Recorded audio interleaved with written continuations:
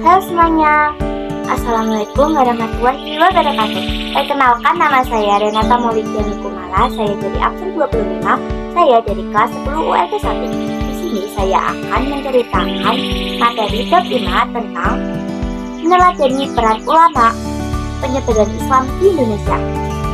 Nah, untuk yang pertama, ini kita akan membahas masuknya agama Islam di Indonesia. Ini ada beberapa teori tentang masuknya agama Islam di Indonesia, sebagaimana diungkapkan oleh Ahmad Mansur Suryanegara dalam buku Arti Sejarah Jilid 1. Teori yang pertama, teori Gujarat oleh Profesor Dr. C.S. Nauhur Gojek. Menurut teori ini, Islam masuk ke Indonesia dari Gujarat, wilayah Kerajaan Samudra Pasai, merupakan daerah pertama penerimaan ajaran agama Islam, yakni pada abad ke-13 Masehi. Teori ini tidak menjelaskan secara rinci antara masuk dan berkembangnya Islam di wilayah ini. Nah, yang kedua, ini dari teori Makkah oleh Profesor Dr. Buya Hamka. Menurutnya, Islam masuk ke Nusantara pada abad ke-7 Masehi. Berdasarkan cerita Cina dinasti Tang, ditemukan pemukiman saudagar Arab di wilayah Pantai Barat Sumatera. Kerajaan Samudra Pasai didirikan pada abad ke-13 Masehi atau tahun 1275 Masehi, artinya bukan awal masuknya Islam, tetapi merupakan perkembangan agama Islam.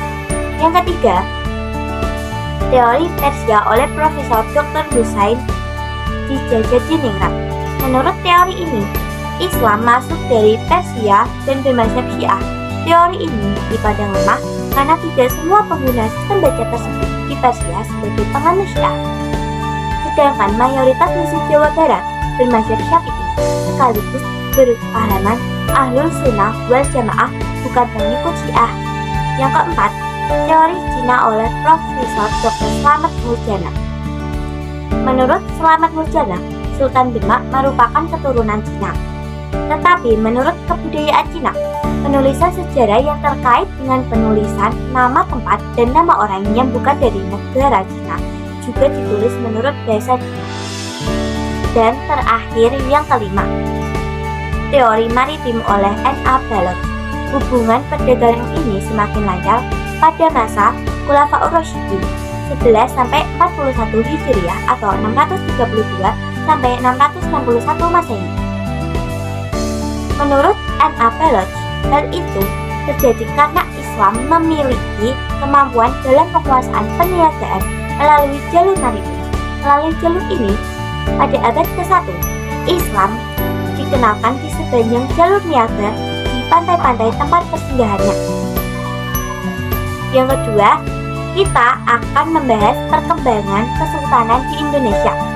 Masa perkembangan agama Islam adalah kurun waktu pada saat umat Islam telah membangun kesultanan sebagai bentuk kekuasaan politik. Perkembangan Islam di Indonesia semakin meluas seiring dengan banyaknya raja-raja Hindu yang memeluk Islam. Dengan demikian, terbentuklah kesultanan Islam di berbagai wilayah di Indonesia. Tumbuhnya kesultanan Islam di Indonesia tidak dapat dilepaskan dari sebab timbulnya politik di luar Indonesia. Yang ketiga, tokoh penyebar ajaran Islam di Indonesia. Yang pertama ada Sultan Malik Al-Soleh. Menurut Silu atau Sultan Malik Al-Soleh merupakan pendiri dan raja pertama dari Samudra Pasai, berdiri pada tahun 1267 Masehi. Setelah masuk Islam, Meunah Silu bergelar Sultan Malik Al-Soleh dan berkuasa selama 29 tahun. Kesultanan Samudra Pasai merupakan gabungan dari kerajaan Peonglak dan kerajaan Pasai. Semasa berkuasa sempat menerima kunjungan dari Marco Polo, dan menurut catatan Marco Polo, Sultan Malik Al-Soleh merupakan raja yang kaya dan kuat pengaruhnya. Yang kedua ada Sultan Ahmad.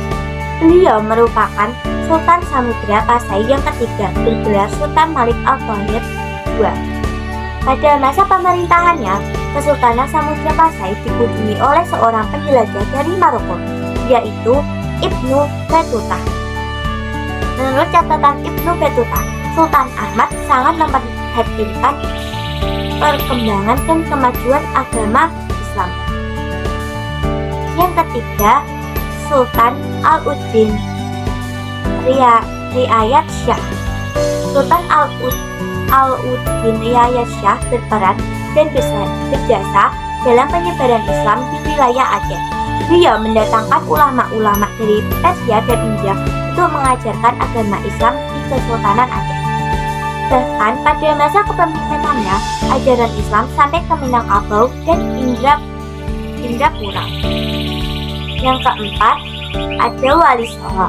Wali Songo merupakan 9 wali atau Sunan yang menjadi pelapor penyebaran Islam di Pulau Jawa. Mereka menggunakan berbagai saluran dakwah, di antaranya kebudayaan, kesenian, pendidikan, pernikahan, perdagangan, dan politik. Penyebaran Islam di seluruh wilayah Nusantara dipengaruhi oleh jalur perdagangan di berbagai negara seperti Persia, India, dan Arab. Yang kelima, Sultan Alauddin.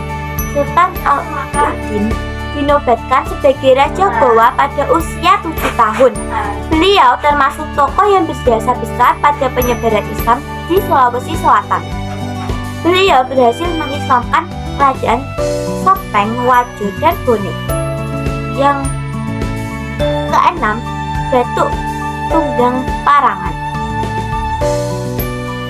Datuk Tunggang Parangan merupakan seorang ulama Minangkabau yang berdakwah di Kutai Kartanegara.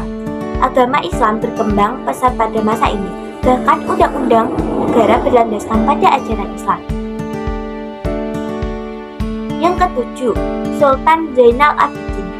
Beliau memerintah Kesultanan Ternate pada kurun waktu 1486 sampai 1500 Masehi. Salah satu peran terpenting Sultan Zainal Abidin dalam penyebaran agama Islam adalah mendirikan pesantren-pesantren dengan pengajar yang didatangkan langsung dari Jawa.